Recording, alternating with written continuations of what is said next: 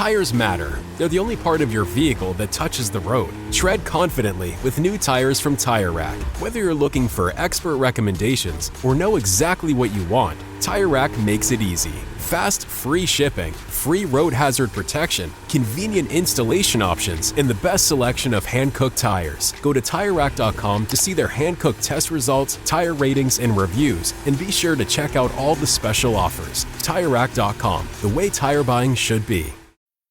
This episode is brought to you by Dogfish Head Craft Brewery. The Grateful Dead and Dogfish Head have gotten the band back together with the release of Grateful Dead Juicy Pale Ale, a light-bodied pale ale brewed with sustainable Kernza grains, granola, and heaps of good karma for a refreshing brew that's music to your taste buds. Available nationwide. Visit dogfish.com to find Grateful Dead Juicy Pale Ale in your neck of the woods. Dogfish Head Craft Brewery is located in Milton, Delaware. Please drink responsibly. This podcast is brought to you by Carvana. Buying a car shouldn't eat up your week. That's why Carvana made it convenient. Car buying that fits around your life, not the other way around. You can get pre-qualified for an auto loan in just a couple of minutes and browse thousands of quality car options, all within your terms, all online, all on your schedule. Turn car buying into a few clicks and not a full week's endeavor. Finance and buy your car at your convenience on Carvana. Financing subject to credit approval. Additional terms and conditions may apply. 10, 9, 8, 7, 6, 5, 4, 3, 2, 1, 0. Women's Wrestling Talk, the #1 women's wrestling network on the planet.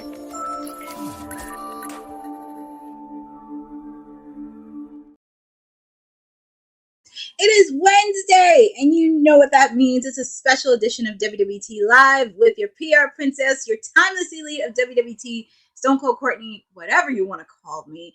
We do have a jam-packed edition because we already know what happened on Monday. Obviously, we're going to talk about NXT, and we're on the road to both Forbidden Door and Heatwave, but I am not alone. I'm very excited to have the lady who founded Women's Wrestling Talk and knows she's very excited after what happened on Monday Night Raw. And we'll be hearing her thoughts. Our own boss lady, TK, spending time with us.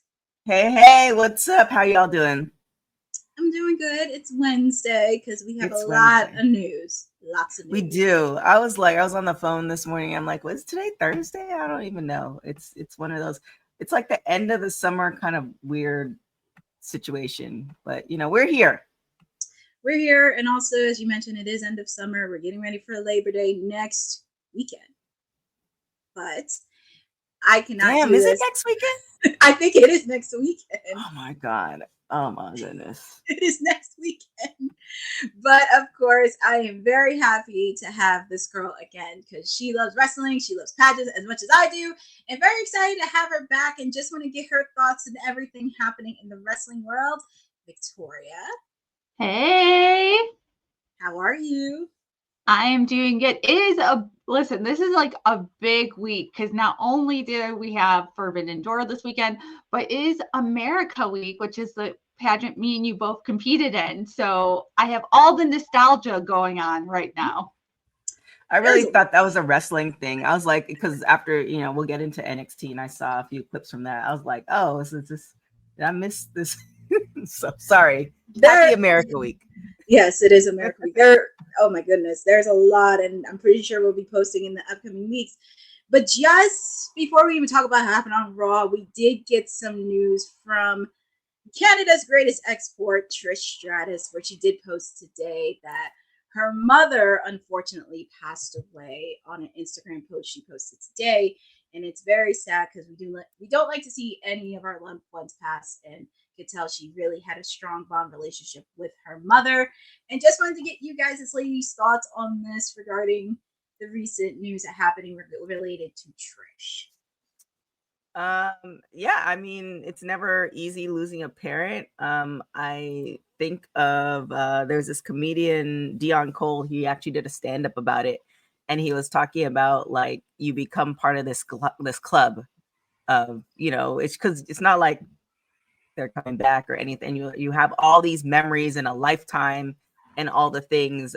So it's a process Sometimes takes people years, decades. You know, it's a crazy thing. But I was talking to somebody else about this with the advent of social media, or if you think of like Natty and her dad, and the Total Divas, you have these memories that you can always kind of go back to because of where we are in society. It's not like back in the day where you have like the one photo of whatever. So, and you could see in our post that she had a lot of great memories that she can look back on. So that's always good. Yeah, I agree. Special Nobodies. It's a terrible club to be in, but you know, it's part of life, unfortunately. Victoria. No, that's so true. I'm so sad for her and her family and her kids, because, you know, it's not just one person who has lost her mom. It's so many family members. And I know her and her mom were so close. I even remember her talking about, I believe it was on her biography, how like when she chose to retire the first time, it's because her mom was sick with cancer and she wanted to be there for her. So clearly they had such a beautiful relationship, and hopefully has memories and so much love to comfort her during this time and all those affected. Yeah, it's always tough, especially having that relationship, because TK, you mentioned with Natty regarding her father, and even remember on that week when we found out he passed away, we did see Natty wear the coat at SummerSlam, and she paid homage to her dad, and we've seen a lot of wrestlers who paid homage to their parents, which is never really hard to see. Trish mentioned she does have a close relationship with her mother, and also mentioned that she was very happy that her kids got to spend time with their grandmother. So that was also a nice thing to do, and looking back on this memory. But here at Women's Wrestling Talk, we wanted to send condolences to Trish Stratus and her entire family in this time of need. But switching gears, normally we do recaps of Raw and NXT, but we're going to kick off with Raw. And of course, we're going to kick off with the big news that happened on Monday. We found out, because there was a lot of speculation that happened with Naomi. She was going to address the WWE Women's World Championship title. And we found out on a bonus episode from Stephanie McMahon's podcast, What's Your Story? Drop the rumors. Her and Jimmy are proceeding with caution with a bundle on the way. This is something, I know this is something she talked about in Total Divas, and many times that she wanted to have children. But this is a really great moment for her. And TK, I'm going to start with you, because you've been Naomi's biggest advocate since the beginning of Women's Wrestling Talk, and just wanted to get your thoughts on this and having her start a family, and just the whole reaction on what happened, not just on her podcast, but also on Monday Night Raw. Yeah, it's crazy because I don't know if you've seen, like, there was an interview that when I was with AfterBuzz, we did with Jimmy and Naomi in 2017. And people have clipped this interview so many times because it's first, there's two clips from that interview. One, how they met, and then two, how many kids Jimmy wants. And I think it was like 4 or 5. It was something crazy. And it dawned on me that I never reposted the interview on our channel. So if you're like, what is she talking about? I reposted it. It's not new. It's from 2017. But it's just like so crazy to like be in that interview and him wanting, and then she was kind of talking about the perfect time and all this stuff. And then, you know, we see, I think as women and career women, it's just like finding, you know, I don't think there ever is a right time, because you're always wondering. And I definitely wouldn't want to be a fly on this wall, but the curiosity is like, okay, well, how did we get here? And the happiness, and then all the things that I'm sure, and I think Becky did talk about it in her book when she got pregnant, and she was scared to talk to Vince that she got pregnant. But I think about it, this is the best time to leave. You know what I'm saying? It's like she's at the height. Her gimmick is on fire. You know, it's a really good position to be in. But I'm like so stoked, and just seeing all the other family members on social media, like celebrate them, Roman Reigns reposting and stuff like that, or not posting. He's like, you see him watching it and then commenting. It's great. And I think it's the perfect time. It just seemed like everybody was just behind them. And then all those posts that Naomi had been posting on social media about Big Jim and, you know, him not proceeding with all these things. And now we're here. You know, I hope this comes out somewhere on Unreal if Unreal gets picked up for a second season. But yeah, I'm so stoked for them. I think it did get picked up for a second season. I believe it did. I hope. But Victoria, you have any thoughts regarding latest bundle of joy for Naomi? I'm so excited for them. I like cannot wait to see all the little baby onesies, and like the merch will be fabulous. I just feel like it.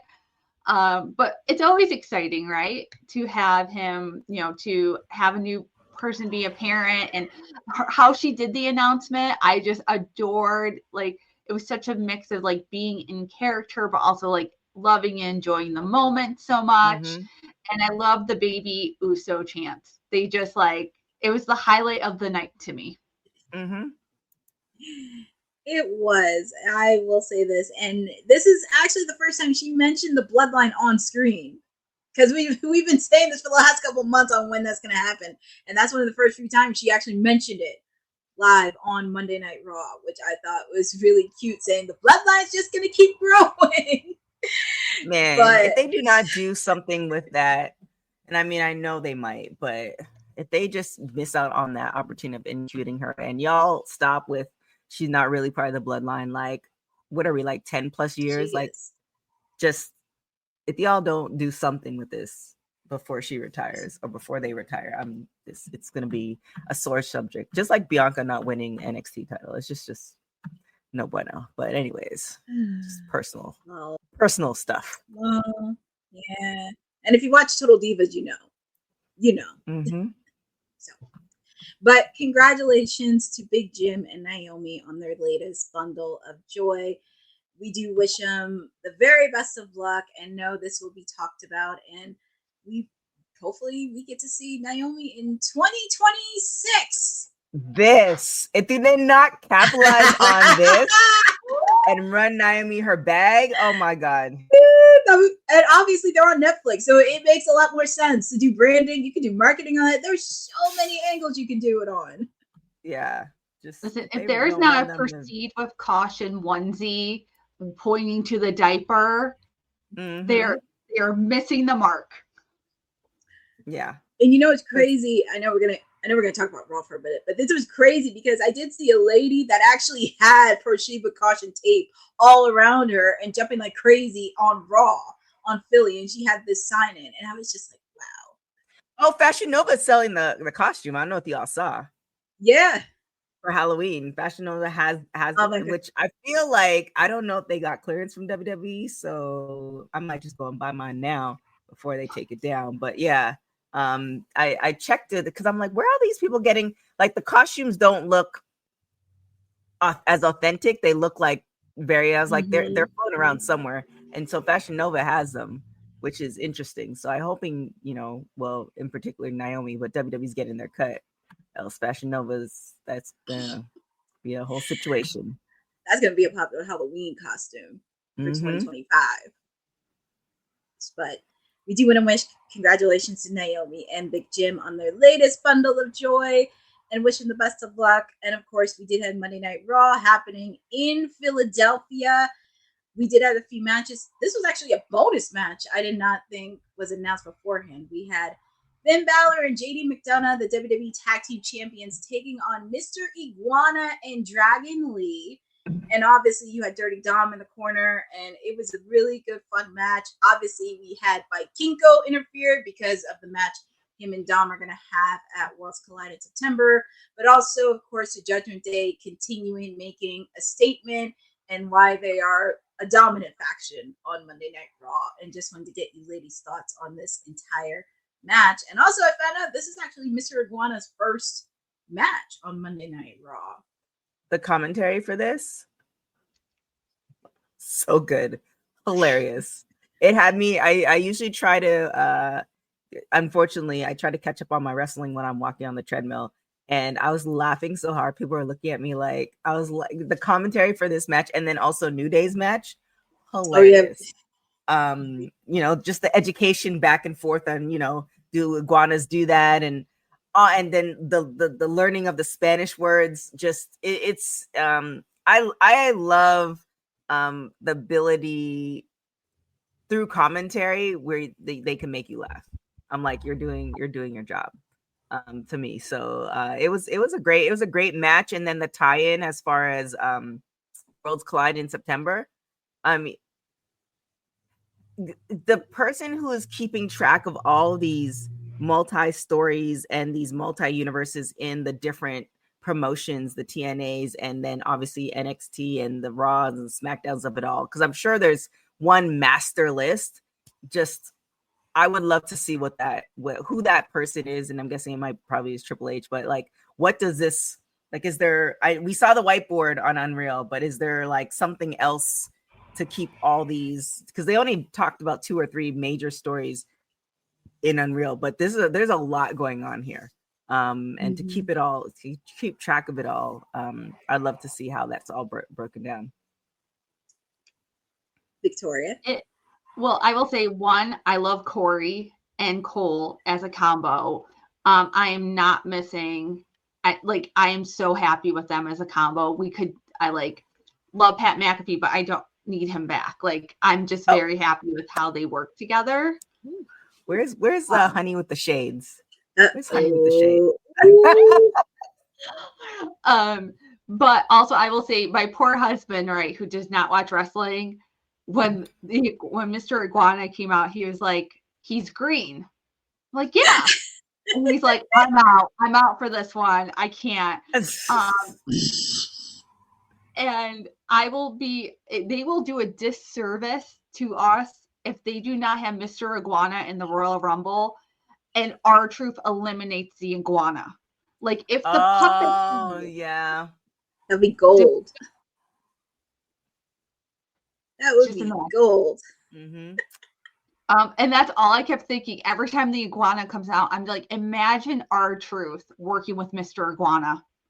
Imagine the fun. Oh my goodness.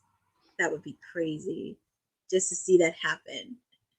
But it won't be the last time we see Mr. Iguana, because he was very popular and he had his little puppet iguana. So we'll be seeing a lot more of him. Also continuing on Monday Night Raw.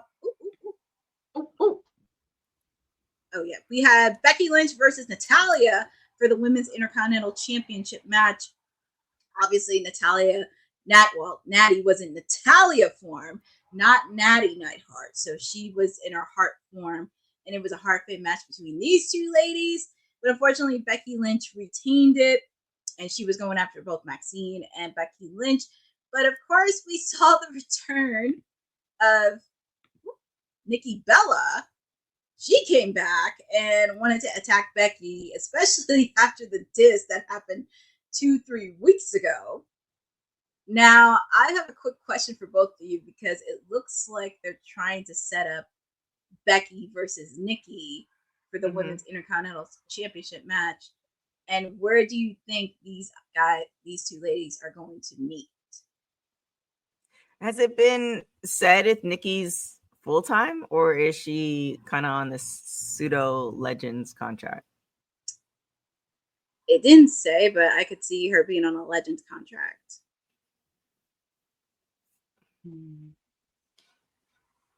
I mean, I think we talked about this before. I think this plays into the higher ups and not necessarily the wrestling fans per se. Meaning that we might see some things we might not like, but numbers wise, as far as watching, because I could definitely see Nikki winning and people hate watching on this, which will bring more eyeballs. I do agree with that. I agree with what you're saying about the eyeballs, which makes me think they'll either do it at WrestlePalooza, because it'll be their first time on ESPN, or do they wait and do it on a Saturday night main event? Because people who remember Total Bellas might be more willing to pop over to NBC to see someone they remember from that show. Yeah, I agree. I think WrestlePalooza might not be. Yeah, I think Saturday Night Main Event might be a better bet versus WrestlePalooza. And also with the fact too, Saturday night's main event, you're on NBC, you're on one of the And it's top free. networks, and plus everybody's going to be watching. Especially with the fact too, I mean, you can like her or hate her all you want. She is drawing mainstream appeal, especially if you go back to Total Divas, you go back to Total Bellas. So fortunately, I've watched the entire Bella Army storyline, so I watched through everything. So I would not be shocked. That was the whole like philosophy behind having that be Goldberg's farewell match too, was that he would draw more. Yeah, that's also a thing too. So hopefully they can learn a little bit of lessons or two with this one, and this won't be the last time we see these two go at it, but I would not be shocked if it was on NBC. Also, and I couldn't find a slide for this, we also had Io Sky taking on Raquel Rodriguez.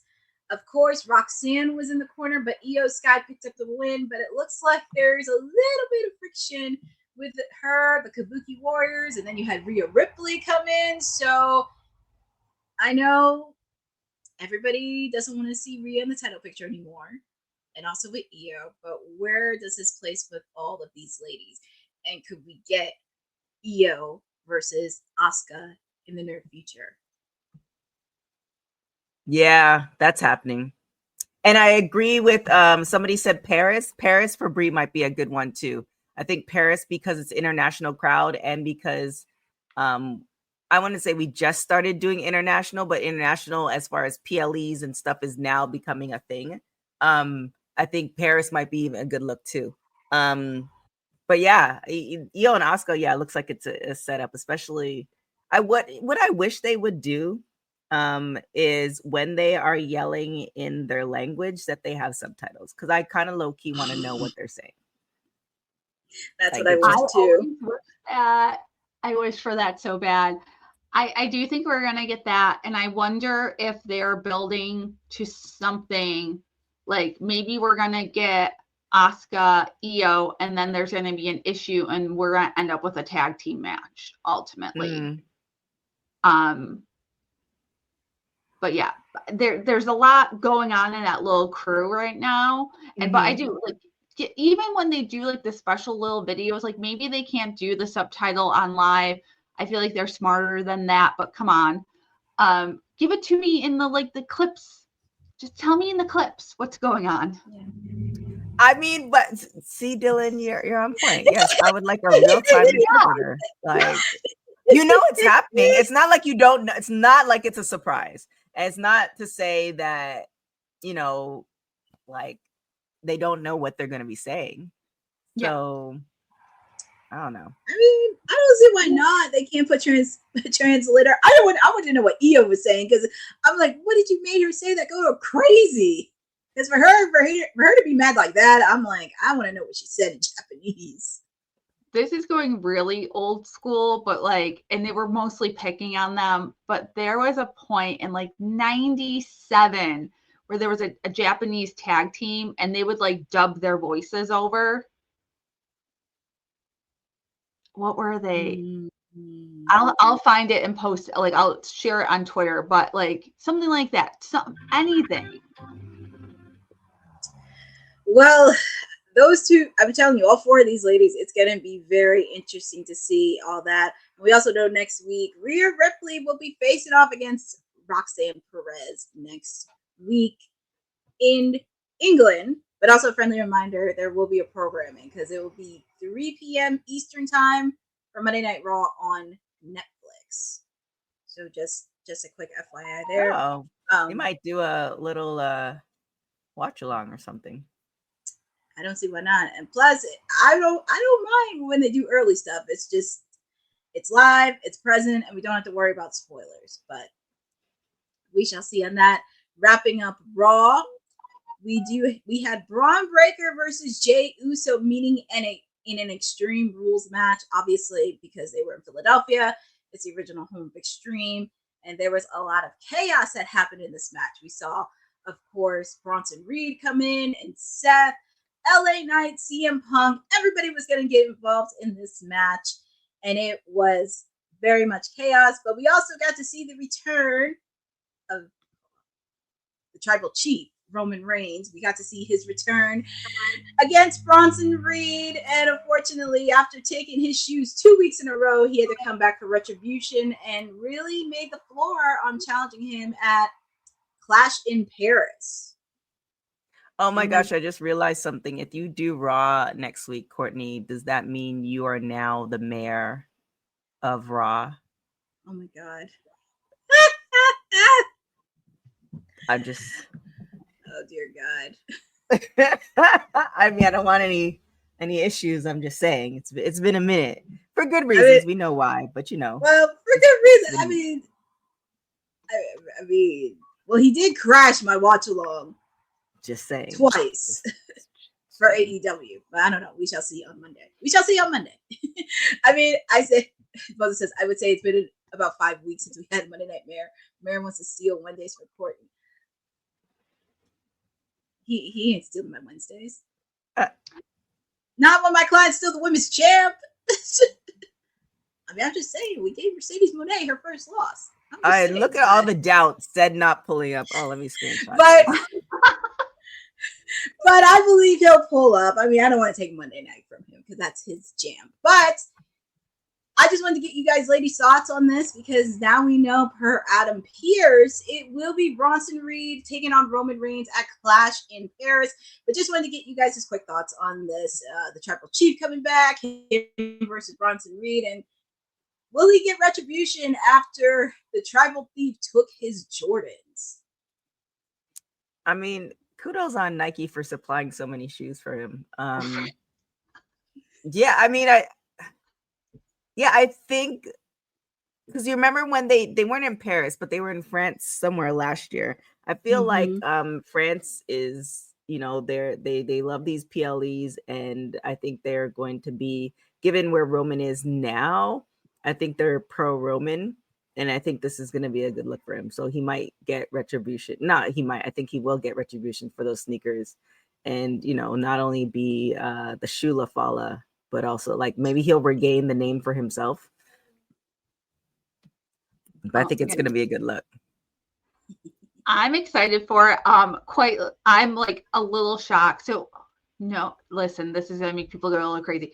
I like sometimes like to still pick on Roman because I feel like, you know, he has such a limited schedule. I get why he does. I'm not like mad at him for like protecting his health, but like I was a little shocked that he was going to do the overseas. Pleasantly like surprised and happy about it. And I think it's going to be a great match. I definitely think, does Roman need the win though? Or are they going to use him losing to build this up more? Is what I don't know. Like it could go either way. In my opinion, it will be great. I can't wait to see like the spear versus the splash happening throughout that match. And you know, Paul's going to do something. Paul was on fire Monday night with that crowd. He was so happy. So he loves a live, fun audience. And France, I don't think will disappoint. I don't think Paris is going to disappoint either. I mean, we have seen a lot of UK fans go crazy for the fans. It will be interesting to see because if Bronson Reed gets a win over Roman Reigns, I mean, that's going to increase his stock a little bit more and really kind of take him as a little bit of a threat. But I would like to see Braun Breaker and Bronson Reed continue pulling up that stock, but we shall see what happens. We also did have another match added to Clash in Paris. Finally, they're going to settle it. Rusev, Sheamus, and an old Donnie Brooks match in Paris. So that's round 3, but also friendly reminder for programming. Raw will broadcast at 3 p.m. Eastern time because they will be in the UK all next week, starting on SmackDown in Dublin, and they'll be there all next week leading up to Clash in Paris. And we wanted to get through NXT for a little bit because they're on the road to Heat Wave. Just to get a reminder, they were also in Philadelphia last night. Crazy match between Jasper Troy and Ricky Starks to kick off the show. Very happy that Ricky Starks got the win. I'm very curious on where this is going to go with Ricky because I know you had him drop the NXT North American title. him and Ethan Page went at it, and now he's in a feud with Jasper Troy. And I just wanted to get you guys' thoughts on what's next do you see for Ricky Starks. And also with the fact, too, we did see him backstage talking with Miles Bourne. First off, I just want to say that I finally finished season 1 of LFG. So Jasper's Choice story, if you guys don't know of it, you should definitely check it out, and you know how he got to this point and the evolution. So I'm kind of like not I wasn't fully on board before, but when you kind of know the backstory of why they're in wrestling and these incredible opportunities, it's kind of amazing. As far as, did you say Ricky Starks or did you say Ricky Sins? Oh my God, Ricky Sins. See, I'm so used to him calling Ricky Starks. No, Oh I know. God. I was just like, because I was like, wait. So I mean, I do that all the time too. It's like, can you? You respect the name change, but then you also like, man, it's hard keeping up. As far as Ricky Saints, I don't know. This kind of goes back to all the storylines that every like NXT etc. have, and I just don't know the play right here. So yeah, I'm gonna leave that up to I'll leave that up to you, Victoria, if you have any ideas. I love the match. I am a little confused. What's next? I feel like they might be getting Ricky Saints ready to go on the main roster. Like he was on Cody's podcast a couple of weeks ago. I mean, we know they're friends, but like he was on the podcast. If they're going to turn Cody heel, it might be an interesting like dynamic. I do love Jasper though. I think he could have a wonderful run, but I'm actually more concerned out of the two what they're going to do with Ricky Saints next, because I feel like I don't know what the next part of his story is. Oh, Mackenzie, maybe that will be his next thing. He'll get involved with like Chelsea, the whole thing with Chelsea Green and the whole like North. I'm loving all the stuff with her on NXT right now. So. Yeah, I think for me, because I am a fan of Ricky, I don't want to put him on the main roster yet because there are so many storylines that are happening right now. You don't want him to get lost. Yeah, you don't want him to get lost in a way. And you know what's really interesting? I wouldn't mind for him to cross over TNA. Because with that partnership, I wouldn't mind seeing him cross over to TNA and just continue working with other veterans on the TNA staff. I mean, I wouldn't mind seeing him work with Leon Slater. I wouldn't mind seeing him work with the TNA International Champion, Steve Macklin. I know he's working with Frankie Kazarian, but that would be very interesting to do and just work with some of the stars within TNA and also take advantage of that partnership. I don't see why not that would happen, but that's just me. I wouldn't mind seeing him cross over to TNA and kind of appear here and there on Thursdays. But we shall see what happens with Ricky and Jasper. But I mean, that would be really cool if he went to TNA. So we had this interesting segment. The Juggernaut Jordan Grace, Blake Monroe. Blake Monroe, I love you, my dear, but you should have never crossed with the Juggernaut. Just quick thoughts on this, especially with the fact they have a match at Heatwave this weekend. I mean, it led up to it. I mean, we see it's kind of a good story where, you know, obviously Jordan thought she was in her corner and she really wasn't. So of course, I mean, wouldn't you? If you thought somebody is behind, like, you know, in your corner and then they don't, of course you want to beat their ass. So it's a good, clean story. I like it. Yeah. I'm excited for it. I think they'll put on a great show. But yeah, I think from the storytelling perspective, it's a perfect, I mean, like, to say easy wrestling storyline is like underselling like how much they did to make this all work well. But the idea that, yeah, I think it's going to be great. I like they're so yin and yang. I always love those combos, especially in women's wrestling. Mm-hmm. Yeah, I mean, I do like the chemistry that they have with these two ladies, and I'm actually looking forward to their match this weekend, and love that the two of them are working with one another. Obviously, seeing Blake working with Jordan Grace, who's been in the building for so long. But since we are talking about NXT, we have to bring in somebody whose client has a big match at Heat Wave this weekend, where she has an opportunity to be the number one contender for JC Jane's NXT Women's Championship. And of course, I got to play his intro. Say his name and he appears. I believe it Said. It is one of your officials. The mayor said is here in the building. That's how you do it, Courtney. That is how you introduce your mayor. Well, I figured because your client has a big match this weekend. My appearance today has nothing to do with my client. I was summoned.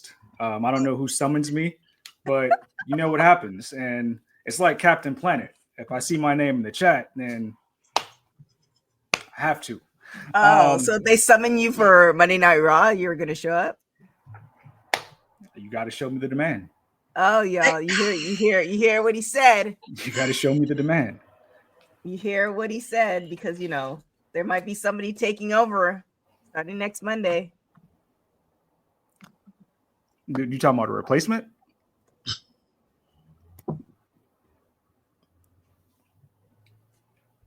I see how it is. The respect factor. But I mean, hey, if they think they could do Monday Night Mayor a lot better than the mayor, have at it, you know? Well, since we are talking about NXT, Mayor, did you watch NXT yesterday? Or did you watch clips of it or highlights? I saw clips. I didn't get to see the whole thing. I know how the card is shaping out. Happy what? Pecan pie is disgusting, Zach. I don't know. What? You shouldn't eat that. That is disgusting. I kind of agree. I agree with Mayor on that one. It doesn't even look appetizing. I don't know how anybody can eat that.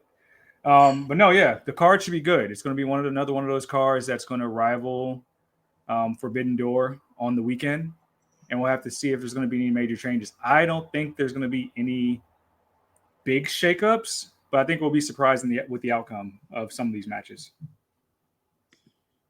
Indeed, with that, and also the segment in there, and also jumping ships to the women's tag team match. Fatal Influence taking on Ash by Elegance, and you had Masha Slamovich, the guest referee in this match. Of course, the concierge got banned courtesy of Masha Slamovich. Hard been mapped by these ladies, and just wanted to get you guys' quick thoughts. And are you guys looking forward to the triple threat match between Ash by Elegance, JC Jane, and Masha Slamovich happening this weekend at Heatwave? I mean, this is a good tie-in with TNA. I really wonder what's the time. Are they literally going back to back Forbidden Door and Heatwave, like timing wise? Are they off by a few hours? I think they're off because I think Heatwave's like 7, 8. So once Forbidden Door wraps up, that's when you get into Heatwave. Okay. I'm kind of happy for that. Yeah, I like the tie-in or the cross with TNA. I think it's going to be a good match. These matches when they did Emergence was pretty good too. So I think it's going to be a good solid match. Said just quick thoughts on this match, and do you see JC Jane retaining? Yeah, I think what they have with JC kind of being an unsung hero of this division is a good thing. I don't see her dropping either belt anytime in the near future. Victoria, you got any thoughts you want to add in? I have to agree. I'm kind of loving what they're doing with this whole thing with her and like the Regina George of it all and the mean girl. I let it ride. If I was them, I'd let it ride it out a little bit longer. Yeah, I think this is going to be very interesting to see. Of course, we're going to be probably doing our bold predictions on Friday's edition, but I'm very looking forward to this match and seeing what all three ladies can do. And also, I mean, I can't forget about this segment. Ethan Page, Chelsea Green getting the ankle lock by Tavion Heights and Tyra May Steels. And we now know that all 4 of these people will meet in a mixed tag team match. And just wanted to get your quick thoughts regarding this entire segment. I mean, the America Canada thing is interesting. We have a lot of Canadian wrestlers. So yeah, it's interesting. I'm just gonna see how it's gonna play out.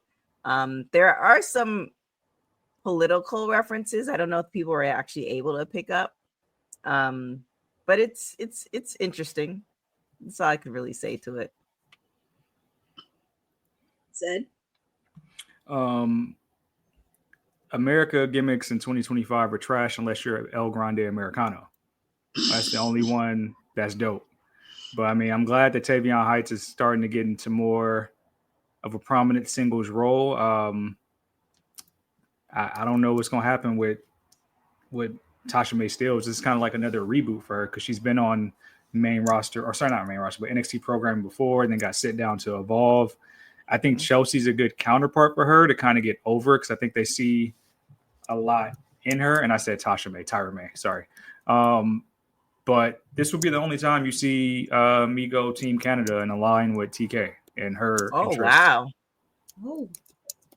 One of the rare Well, times. with Tyra, she really had a good running. Like I said, kind of referencing back to LFG. She had a really good running in it. I am curious because it is kind of I understand, the Olympic gold medal and all this other stuff. It's going to be kind of interesting how she weaves into it because I feel like you can't, I don't know if it's coast, but I don't think you can really take that into the main roster right now. Don't nobody care about no patriotism in today's day and age. Nobody cares. So I think it's, I'm almost curious. It almost seems like a crutch to a certain extent. And ironically, somebody in LFG, when they were cutting their promos, did mention that. So I am kind of almost curious to see what she can do beyond that, like character-wise. So yeah, but like I said, I think it was like last week. If you reference back to the SummerSlam in Vegas when she first made her debut, as far as being introduced to the WWE crowd to now, it's like night and day. She was so kind of into herself and very shy, and now to see where she is now, it's great to see. So yeah, I think I'm hoping that they're not going to just make her hang her hat on this for a long time. Victoria, any thoughts? I mean, I love me some Ethan Page. I love me some Chelsea Green. Chelsea can take anything and turn it into money. And I think she's a really good person to work with Tyra. I think she'll bring something out of her. And if there's anyone who knows how to create a character and like sell it, it's Chelsea. So maybe even them working together, even on the back end, she can help out with that. I will say like the America Canada thing to me, just very much because it is HBK in charge of, NXT, very much, if anyone remembers, harkens back to his big like DX versus the Hart family rivalry that was like 80s, like 98 maybe. I'm a big like old school wrestling fan, so it has like nostalgic of that. But I just feel like I think it'll be good. I think it'll be fun. I mean, like I just love me a good Chelsea Green getting beat up moment. Just splash her, let her sell like she sells, and enjoy the moment. Yeah, I'm very happy Tyra May Steels gets to work with a veteran like Chelsea, especially kind of learning the ins and outs. Alongside, she's working with Tavion Heights, so I'm hoping she does continue on having a successful career in NXT. But we shall see with Heatwave this weekend, and we had the main event: Trick Williams taking on Javon Evans. The winner of that match will meet Oba Femi for Heatwave this weekend, and there was a lot of mayhem in this match. We did see Mike Santana make an appearance during this match on Trick Williams, and of course, we actually ended up with the young OG Javon Evans, and he will be meeting Oba Femi this weekend at Heatwave. And I wanted to get all three of you guys' thoughts on this match and how are you guys feeling. This is a big match for Javon Evans. This is the first few times he's going one-on-one with Oba. So what do you think? What do you think? What kind of performance he's gonna deliver this weekend? I mean, this is gonna be a good like David versus Goliath match. I love to see it. I think it's gonna be a good. I think both of them have strong characters, so I'm curious to see how this is gonna play out. But I think it's gonna be a good, solid match. Zed? I don't care. Oh, I don't care. Wow. I don't know why we keep doing this, man. We are diluting this Obafemi title reign so much with the same contenders time and time again. And yeah, this is Javon first time getting his one-on-one, but we didn't see him eat the pin in like 3 triple threats. Why would this be any different? I don't believe that you're ready to ordain Javon a champion. At least not the champion of the entire men's division. I don't think he's the fresh coat of paint you need on the men's division right now. I think you need to give Obafemi more challenge. I think you need to have more people come down from main roster and be like, hey, we got this beast down here at NXT that's just killing everybody. Like they had Otis come down. Why? There's so many people not doing anything that can come down and challenge Oba. And I have to sit with this taste in my mouth that he has 2 clean L's to the fucking Don of all people, to Tony D'Angelo.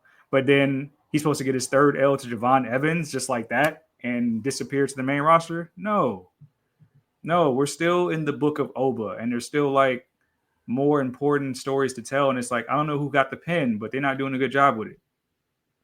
do you think that I wouldn't say ready, but I think you just answered. You don't think the main roster, like, you think he should stay in NXT for a little bit? I think the story they're trying to tell is, especially with like the happy-go-lucky Hendry we're getting, we're kind of reintroducing him to the States again and whatnot, to like main roster TV. I think you still have to pay off like a TNA champion defeating a NXT champion and having a TNA wrestler hold the belt. And Joe is the only one that makes sense. And I don't know why we have this like long-winded way of getting there, especially with like Trick doing so well at the TNA championship. There's no way in my mind that Trick becomes a 3-time champ, because I think he would be the only one that's done that. Maybe Samoa Joe.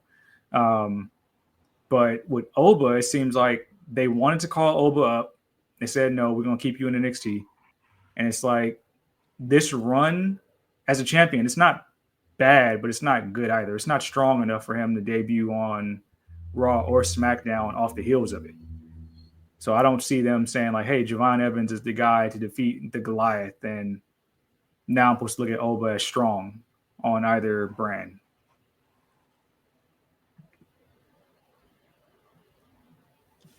Victoria, you have anything you want to add? I mean, I feel like they're leaning towards Oba being defeated at this. My thing is, and I think someone said it in the chat earlier about like even bringing up like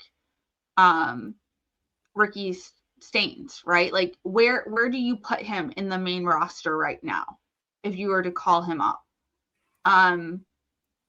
So I feel like either they're going to swerve us and surprise us a lot and bring this story into a whole different direction, or it's going to be a big either way. Because if Oba retains, I feel like you're going to get champion fatigue. I feel like people are already with him. But then what, like, are you then just burying, like, where do you go next for a storyline? So I kind of am waiting to see what happens in this match, because I feel like it'll give us an idea of what direction they're taking the main eventers in NXT to. Yeah, it's going to be very hard to do, because after, like, let's just say Oba wins, he beats Javon, it's like, what's next? Like, who is going to be lined up? Obviously, we did see Oba go against Inamura. I mean, I think we did see him go one-on-one with Josh Briggs, I believe. So it's just only a matter of time. And also with the fact, too, because I think Will and I think Zed probably said this, that the men's division NXT is very not that great. I mean, Do you think shenanigans are going to happen so it won't be clean? If there was, it would be involving Trick Williams. That's Mhm. the only thing that makes sense. But then it's like we're still circulating the same three guys, and it gets old. Like Stand and Deliver, that was the triple threat main event. Like we just saw, and honestly, that's what's holding NXT back for fans right now is the fact that the men's division doesn't have that glitz and glam like it used to. I mean, what's so hard about? There's so many names. Like, what's so hard about Omos appearing opposite of Obafemi? Like, what's so hard about that? That would be really good. There's like so many names like that you can just think of Otis throughout the main run. Like, if you want to let Ilya Dragunov come back when he's fully healthy, just to get his legs under him before being on Raw full time again. Pete Dunne, Tyler Bate. There's like some people that are just relegated to catering or main event. Yeah, there's a lot of guys on that roster that have been used weekly on Raw and SmackDown. But we shall see. Heatwave is this weekend, and we'll see Obafemi taking on Javon Evans for the NXT Championship match. And we also did get a little bit of breaking news that happened earlier today on WWE socials. WWE WrestlePalooza will be the first PLE event on ESPN. It is taking place on Saturday, September 20th at 7 p.m. Eastern Time from Indianapolis, which is also the same day as AEW All Out in Toronto. Any thoughts on this? There's going to be a whole lot of McAfee on that show. A whole lot. It's in Indianapolis. It's partner with ESPN. There's going to be a hell of a lot of McAfee. And he's had a break, so it's a good tie-in for that.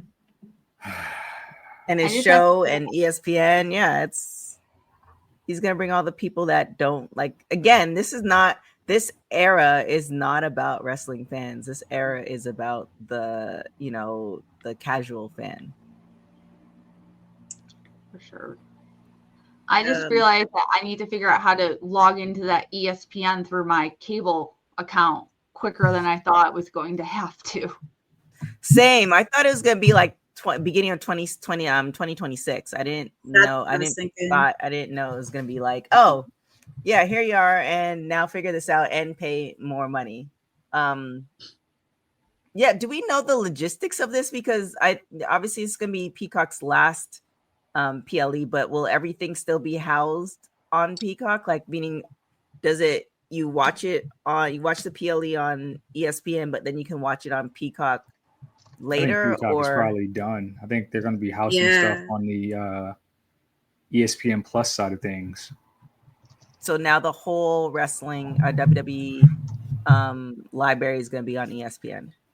That and also on the international side of Netflix. Like if you watch Netflix International. Yeah, Netflix. So when I went to Toronto, being able to see all of WWE stuff on Netflix was so much easier opposed to going here to see one thing, going here to see another thing. It's all on Netflix. And obviously there's, it's a little bit different as far as all the, whatever the deals are, but this jumping around it's a lot.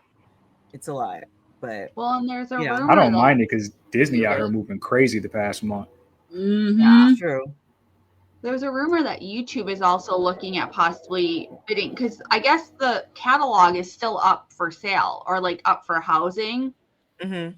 Last I heard that YouTube apparently, if you want to believe what you can read on internet, which I only take, very little stock in, is even looking at possibly wanting to house all of the catalog. Because like not everything, I don't know, someone who's international, can you get all of Raw on Netflix right now? Because I still in the US can't get all of the episodes of Raw, like backlog. They were like, that like going back to like Attitude Era, New Generation.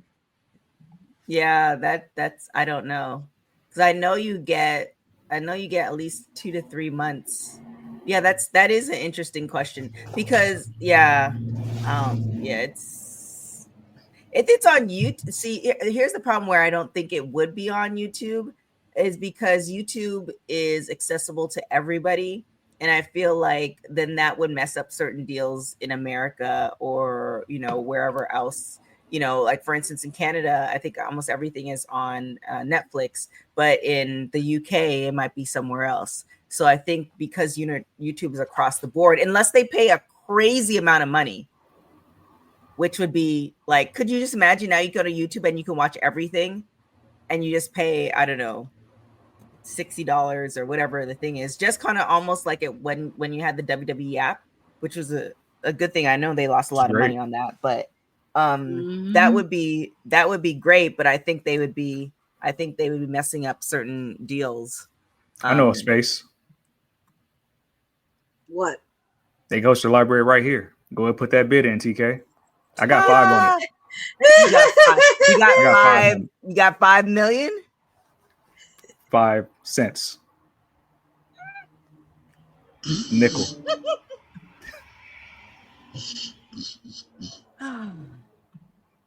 Yeah. Thanks for your support. It's a contribution, right? It's from the heart. It's the thought that counts. You already know what I'm going to be watching on this day. Like, you already know there is going to be a watch along for All Out. But I will say, I get they're trying to put the casual viewers in.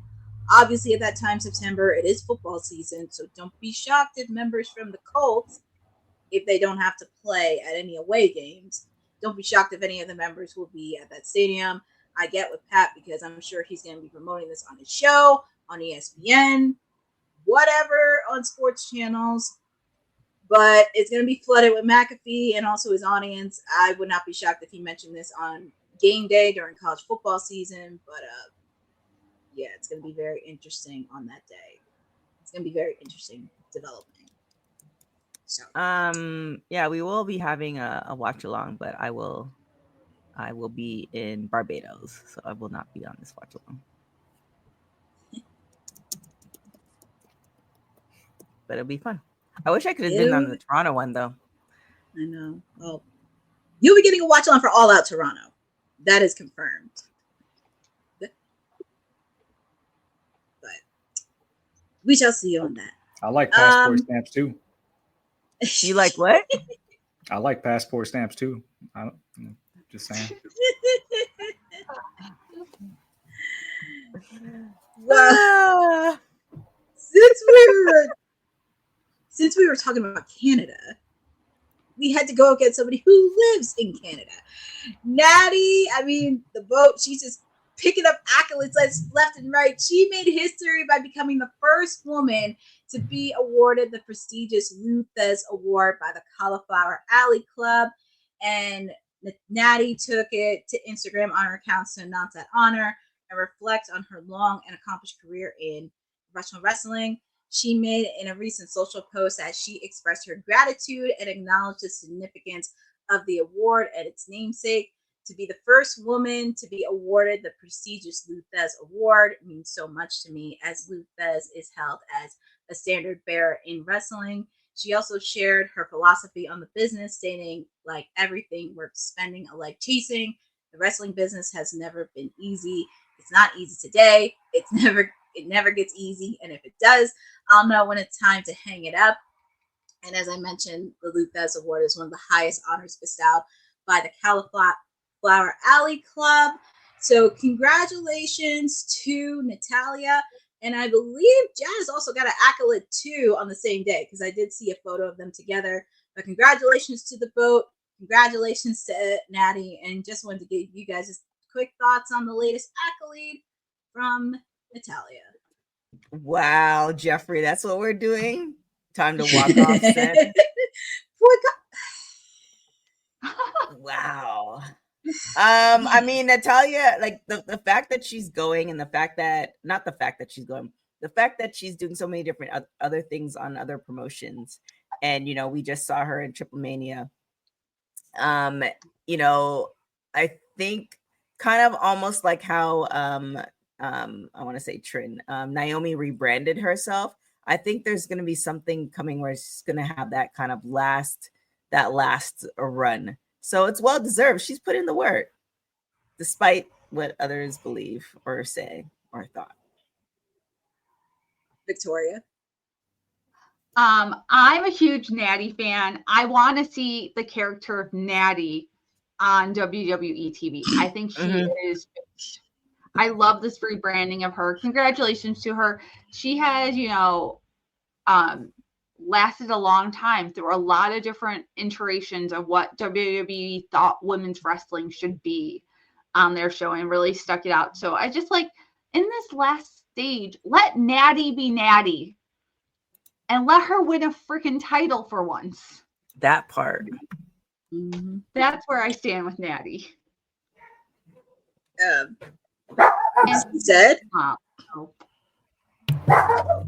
I think now is a good time as any for me and TK to negotiate my next contract.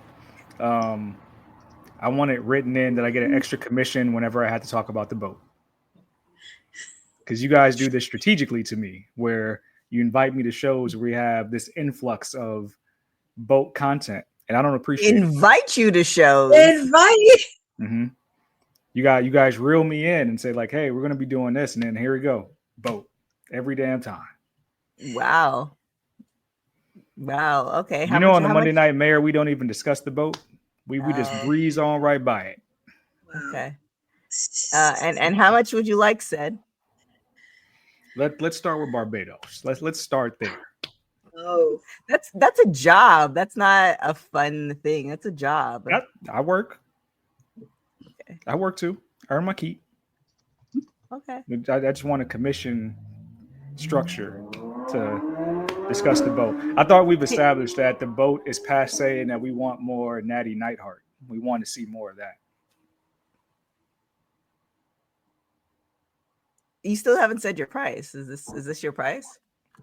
We'll discuss it. I'm just announcing publicly that negotiations begin today.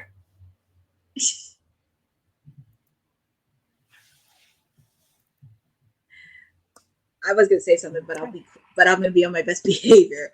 I was gonna say it, but I'll wait. First off, I'm gonna respect the vote. I mean, it is her latest accolade that she got. You can't deny her that. I mean, obviously, some people are not the biggest fan of Natalya, but some of us here at Women's Wrestling Talk appreciate the work that she's done. I mean, granted, I would love to see the version of Natty Neidhart, but that's somewhere down the line. I would if it crosses over our WWE programming, that'll make my day. But congratulations to the boat on the latest accolade that she had, and plenty more to come. And we actually had an interesting story that happened. So Lacey Lane, formerly known as Kaden Carter, this was actually one of the first interviews since her WWE release, where she appeared on Busted Open Radio and spoke candidly about her frustrations with her creative direction in the company, the women's tag team division, and her excitement for the future. Lane stated that she often felt held back and that her success was ultimately limited because she was not one of the company's hand-chosen talent. And one of the co-hosts for Busted Open, Bully Ray, that was one of Lane's original trainers, noticed a significant change in her personality from when he first met her to what he saw on WWE television. And he described the person he trained as having a spark, a chip on her shoulder, and a lot of confidence. But when she got to WWE, he mentioned what happened to this girl, and Lane agreed with the assessment, saying that the fiery persona got away from me during her time in the company. And then she talks fully about feeling creatively held back, and she explained that she was unable to fully express herself creatively within the WWE system, quoting, "I feel like I have so much to offer and feel like I wasn't able to showcase that." She also adds in, "I feel like people are used to seeing me in a tag team, but I also want to remind people that I am an individual, that I did have a spark before I got to WWE. I was so much of a spitfire, and that same passion, that same drive is still there." And then she goes into further detail, specific frustrations with the booking of the women's tag team division, where her and Katana Chance obviously were the former champions. And she felt that a strong debut against Ronda Rousey and Shayna Baszler, the division failed to get momentum. And she quoted, "I'm not quite sure why it's such a taboo thing where everyone's like, oh, like women's tag team wrestling isn't anything." And I'm like, it's fun. Victoria, I'll start off with you on thoughts regarding Lane's comments that she made on Busted Open. I mean, I'm not so surprised. I know her her former partner had been on Chris Van show and said very similar things about how she felt like they would pitch creative. It wasn't being taken seriously. I think this is one of the issues in the new era, if you will, of WWE, with how they do kind of like, they have their favorites. I think everything she said is true. I think women's tag team wrestling, we haven't seen it really taken seriously or like given a lot of meat on WWE TV. Even the amount of tag teams, they're really kind of stuck together. I think hopefully Alexa Bliss and Charlotte Flair will bring some like life to that, and they'll like put some real like focus on it more. But I'm sorry that like, I feel so bad that happened to her. But this idea that like they have strong characters and the characters are kind of like softened or like watered down when they get on the main roster. We saw that a lot in like the Triple H, NXT, and the Vince McMahon WWE era, but we're still seeing it now. And like the idea of the handpicked people. I mean, like, look at Karrion Kross. You know, you look at a lot of the people who have been released lately, they could have been something. They had people behind them in some cases, but they were still, WWE didn't see their value. Sid, quick thoughts? It's unfortunate. I feel like Casey and Laney, right? Yes, Lacey Lane. Lacey Lane. I feel like they both had so much potential. Like they were the only real tag team for a long time, but we didn't see how WWE treats tag team women. I know Casey has since gone back to American Ninja Warrior, where she made her name. But even when she jumped on the scene in the Royal Rumble, is doing things that only Kofi was previously doing. You just knew they had a lane. And from Kaden dating back to her time in the Mae Young Classic, it makes me think if there's like a prototype for how, maybe in like deep backstage with like the producers, if there's like a prototype for how WWE views the women or how they want their women to appear. Because it seems like this is just me, I'm just throwing this idea out there. It feels like the only woman that they want to have the appearance with all the tattoos is Rhea. At least that's my vibe. Because I know in NXT, like Shotzi was a big deal too, and they did nothing with her. So immediately makes me think of Kaden and Shotzi, who were both very polished wrestlers going to the main roster, and they didn't do anything with them. So I don't know if that's a thing. It's kind of a theory that I'm thinking about. But I mean, if both do continue to wrestle in other platforms, I think the sky's the limit for either. I think they're both like extremely talented. I think they can take their tag teams to other companies as well if they wanted to do that. Yeah, I don't think you can balance, like, this is kind of where the business aspect of it comes in. I'll like get a totally, because I think I haven't kind of an example is like, say if the family has like 6 kids, not every kid is going to get the same type of attention that they need. And I feel like this is the case where it's like you have so much talent, and even though they're doing a good job with, you know, a lot of storylines, there are going to be people, you know, and stories that fall through the cracks. And, you know, I can only imagine, and I've kind of been in this situation too, where it's like you're at an organization you want to be at, and you're not in that like top tier. You're not in that pecking order. And, you know, it's like you're not seeing them give you the attention that you need. You have so much to give, and you're not given the opportunities. You're just kind of waiting for that opportunity. And, you know, and then when you're given the opportunity, it's so small.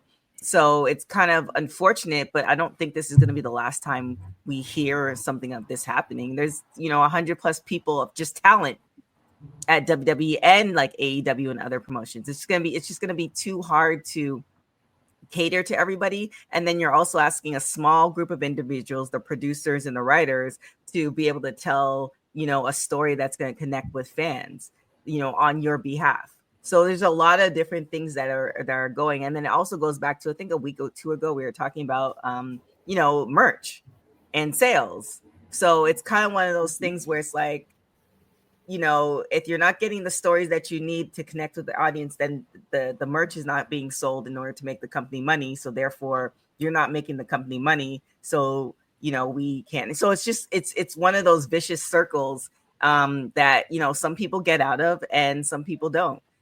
It's when you kind of look at it, it's the luck of the draw. If you change the order of the producers or the writers and how they relate to some folks, there might be, and if this was a different universe, right, or alternate universe, somebody like, Kanan might be on top. It's just so many different factors. And I definitely don't think it was done on purpose. It's just, business and human beings.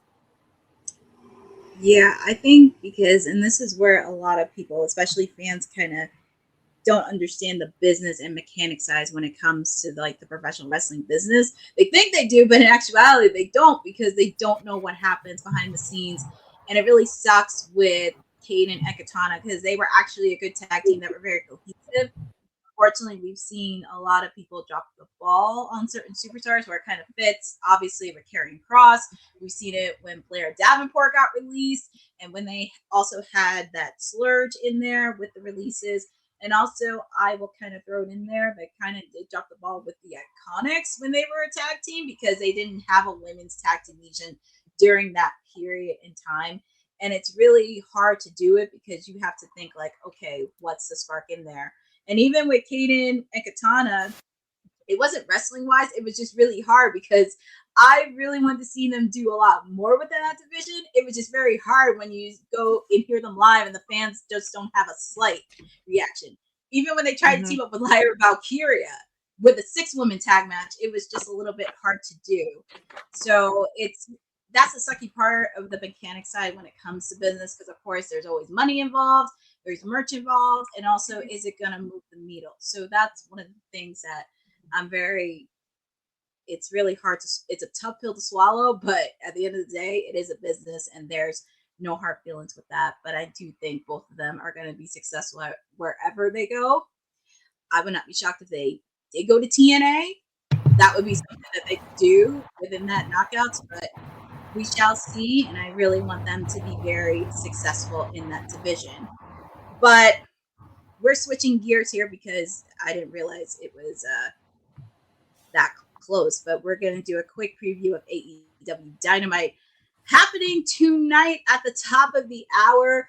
Yours truly has a watch along Timeless Elite Wednesdays at the top of the hour, and we're going to be in Scotland. CEO Wednesdays. It's Timeless Elite Wednesdays.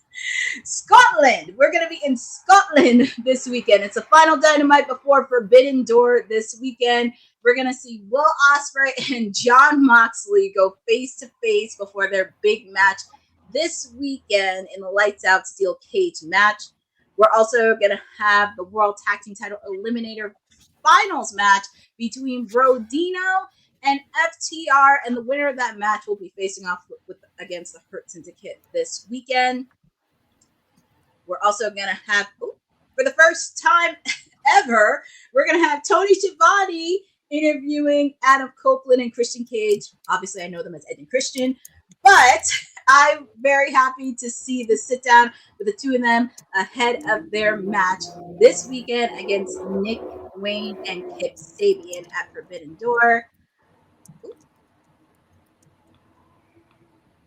Did I miss the ladies? I know I didn't miss the ladies. Oh, here we go. I was like, I didn't miss the ladies. We're going to have tag team action. The Ring of Honor Forever Women's Champion Athena teaming up with the TBS champion Mercedes Moné, taking on the team of my clients, Windstorm, Timeless Tony Storm, Alex Windsor. These two ladies are going to go at it, and this will be a fun one, leading up with big match implications. Obviously, Tony Storm taking on Athena this weekend, and Alex Windsor being a part of that triple fatal 4-way match for the TBS title this weekend.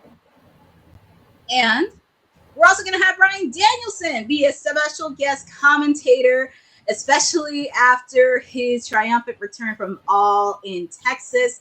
Very curious on what his role is going to be, especially leading up to Forbidden Door this weekend, and always love seeing the American Dragon. We're also going to have a trios match. We're going to have the Death Riders, Jon Moxley, Wheeler Yuta, and Claudio Castagnoli taking on the team of Jet Speed and Hiroshi Tanahashi, all leading up to that big match this weekend at Forbidden Door. And we're also going to hear from the AEW World Champion Hangman Adam Page, leading up to his match against MJF for the AEW World Heavyweight Championship match this weekend. All this more happening at the top of the hour with Timeless Elite Wednesday, 8 p.m. on TBS and simulcast on Max. And wanted to get you guys' quick thoughts on what are you looking forward to see from AEW Dynamite from Scotland. That Mercedes, how Mercedes and Athena are going to be working together. It's very interesting because they're both very big personalities, big egos. So I wonder if this is a setup for a long term because, you know, Mercedes does have like 8 belts. So how's it going to play out? And, you know, with Athena being the longest reigning ROH champion, wonder how that's going to play out. It's a possibility she'll have 9 belts. She'll have 9. She'll have 9 by Friday. If you didn't know, that's not a spoiler. That's fact. Okay. Victoria. I mean, the women, I am curious to see how they work together. I don't know, the nostalgia for me of Adam, like Edge and Christian, I can't not call them that. I'm like, Adam, it just doesn't work for me. There's just nostalgia right there of seeing them together again that I'm very excited about. Outside of my 2 ladies competing this weekend, there is a lot of implications. Do not be shocked if Mina Shirokana comes in because she has a match against Athena for the Ring of Honor Women's title at Death Before Dishonor. Obviously, there's going to be a lot of chaos. I'm looking forward to seeing Brodino take on FTR. I kind of know what's going to happen here. As much as I would love to see Brodino, I kind of know what's going to happen here. But I'm very excited for the tag team match. Also excited to hear from Bryan Danielson on what's he going to do on the commentary desk and seeing what happens to him. But all this and more happening at the top of the hour with your weekly watch along happening. And just some quick AEW news. Just to point out, we also know that Taz will not be at AEW Dynamite tonight. Obviously, he did report it that he had to deal with a knee surgery and he was unable to take some flights in, but making sure he had a quick recovery.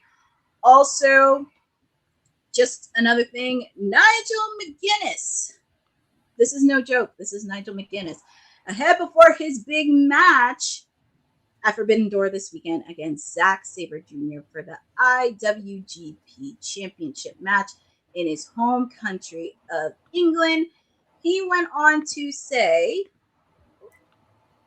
let me see if I can pull this up. Oh, here we go. Nigel McGuinness, obviously he returned to the ring last year at All In, and it'll be his first match in nearly 15 years after retiring due to health issues. And McGuinness has wrestled a number of matches since then and will be back in the ring where he challenges, as I mentioned, Zack Sabre Jr. for the IWGP World Heavyweight Championship match. He was talking with Justin Barrasso of Undisputed, and he quoted, "I dealt with the disappointment, the regret, and the failure. A decade ago, never once did I dream that I ever have any sort of opportunity like this. I thought the ship had sailed and my career was over. If it weren't for Tony Khan, none of it would happen. I owe Tony and this company so much. This is the opportunity to live out my dreams. I'm wrestling this respected, world-renowned heavyweight champion. I get to test my wits against the greatest technical wrestler of all time, and it's not Bryan Danielson. It is Zack Sabre Jr. He is one of the very handful of guys that made his name in his own style. To reach the levels he has, I'm amazed. He's the top man in Japan." Just wanted to get your quick thoughts regarding Nigel returning to the ring, his match against Zack Sabre Jr. I mean, I think it's going to be a Victoria? good look. Yep. I'm excited for him. That like those quotes made me even more excited for him just to have this moment. And yeah, Joseph, I have to agree. There were a lot of digs at Brian, kind of like subtle little digs, and he's going to be on commentary. So I just wonder if maybe they're going to do something tonight to add to it. I don't know. That's like an Easter egg to me that we should follow a little bit longer. Sid? Zach's one of my favorite wrestlers to watch, so I think that's always going to be a good time, seeing Zack Sabre Jr. compete against somebody else who's a master grappler. I mean, Nigel continues to dig at Brian. I'm kind of irritated with Brian edging us for like the past 3 months. Like, are you gonna compete? Are you like, what are we doing? It's kind of popping in and out. Like, just get your revenge on the Death Riders, like for real, and like go home. Well, hopefully he will. I'm very curious on what he says on the announcer table. I mean, of course, he's going to have a very key role happening this weekend. Also very curious if he's going to do commentary for Collision, because of course him and Nigel have been going at it, going back to Ring of Honor days. I'm very happy for Nigel McGuinness getting back in the ring. If you know his story, going back not just to Ring of Honor, but also when he did NXT UK. Unfortunately, he couldn't compete because of health issues, which was very weird. And also at TNA, we did wrestle for a bit, but of course he dealt with health issues. But when he came back to AEW, he seems very focused more than ever. He was definitely in his best shape, and I looked like he had not skipped a beat.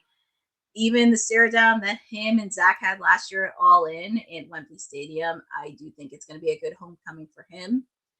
I would have loved to see him win. Of course, we're going to have bold predictions on Friday, but we'll be talking more on that on the watch along, because if you have not seen Nigel McGuinness wrestle, you are in for a treat this weekend. And it looks like it's that time.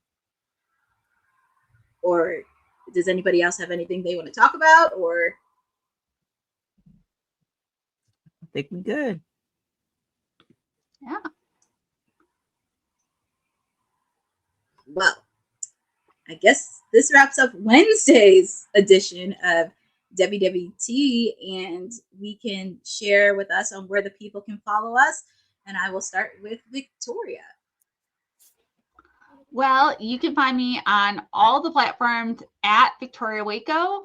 And yeah, there's lots of wrestling content over there, and there will be some pageant content in the next couple of weeks also, because it is a big old time for us glitter and sparkle lovers.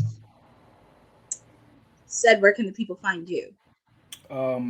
You cannot find me. Of course, don't want your follows, don't want to be found.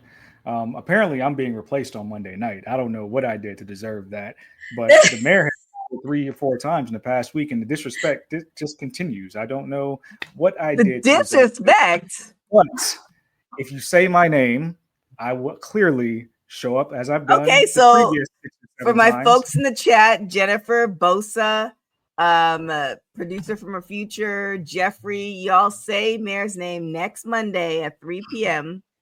and he will appear because they're asking for you.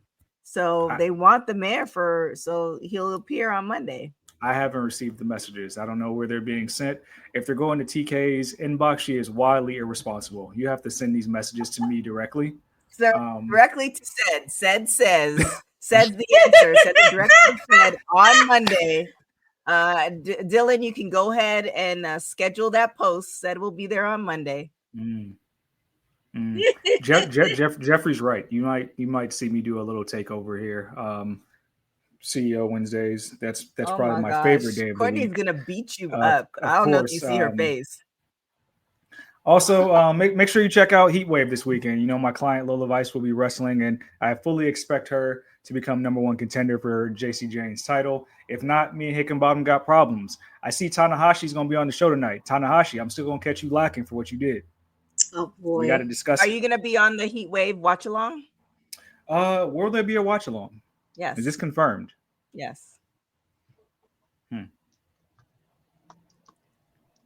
We can discuss it. I think is that Saturday or Sunday? Sunday. Oh, okay. Yeah, Sunday. I can be there. You know, Saturday I work though. Since I got to earn my keep because we got to negotiate my new contract. But yeah, again, I'm long-winded now. I don't want to be found. You know, you guys know what to do. You guys know the drill. That's all. TK, where can the people find you? And also, could you let them know about the coffee that here on Women's Wrestling Talk? I could definitely do that. You can find me everywhere at TK Trinidad. Oh my gosh, so many things business-wise. If you want some shirts or some merch, that's all happening. Oh shoot, you know what, Courtney? I don't know where the it was supposed to be pinned to the chat. I'm gonna have to add that in post. Anyways, you can follow me everywhere at TK Trinidad. We just dropped an interview with Layla Gray on Women's Wrestling Talk on all platforms. You can check that out. And then, like I said at the top of the show concerning Jimmy and Naomi, we did an interview back with them in at AfterBuzz in 2017, and I've been seeing clips floating around. So if you want to catch that full interview, it's up on WWT as well, where he's talking about he wants 5 children. So, you know, we'll see what happens.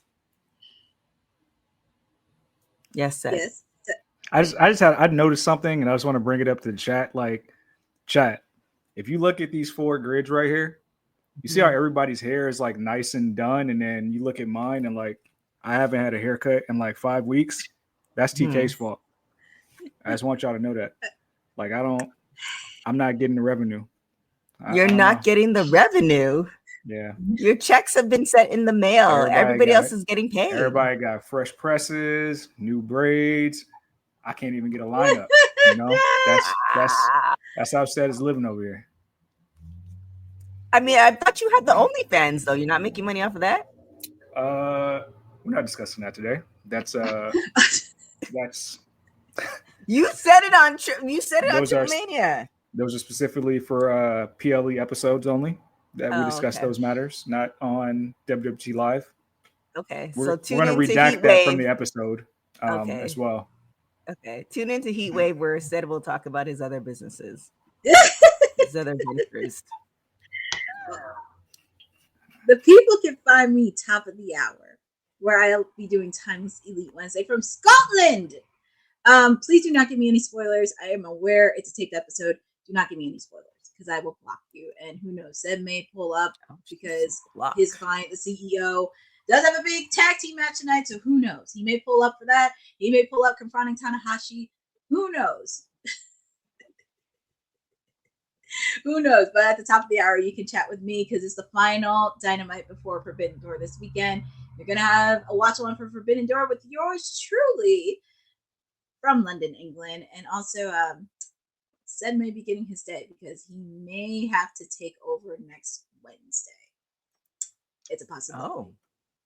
But TBT on that. He may have to take over next Wednesday. And that's after Forbidden Door. But we could talk about that off screen. Of course, you can also follow me on @CourtneyNJ11 on Twitter and Instagram and all the content I have. Go check out my interviews that I had with Francine and Indy Hartwell from 90s WrestleCon in New Jersey that happened earlier this month. It's on WWT socials. Feel free to give it a like, check it out. It was really great interview with both ladies. Also, not just wrestling stuff. I am going to put some pageant stuff in there. I got some work I'm going to be doing in the coming weeks. Also, make sure to follow ISPW. Yours truly is on the announcing side of wrestling. So feel free to check out the upcoming shows that we have in the Garden State throughout New Jersey. September 27th, myself and Honey will be at 90s Wrestling Con. And we're very excited because there are so many stars from the 90s that will be there. Terry Reynolds, the Headbangers, Steve Blackman, Val Venus, Raven, so many others that will be there. And it takes you right back in time to the 90s. So feel free to follow ISPW. And feel free to follow all of our team on WWT. Make sure to follow our siblings on the Kayfabe podcast, where they'll be talking about what happened on Raw, NXT, and previewing Friday Night SmackDown. And do want to give a shout out to everybody in the chat. Jeffrey, Boza, our producer from the future, Dylan, Maria, cousin Ron, all of you for joining us on this Wednesday edition of Women's Wrestling Talk, the number one women's wrestling network on the planet. Thanks for joining WWT. Don't forget to like us on all social media platforms at WW Talk Pod. Like and subscribe on all video and audio platforms, like yesterday, my G. And check out our website at www.talkpod.com. Thanks for watching Women's Wrestling Talk, the number one women's wrestling network on the planet.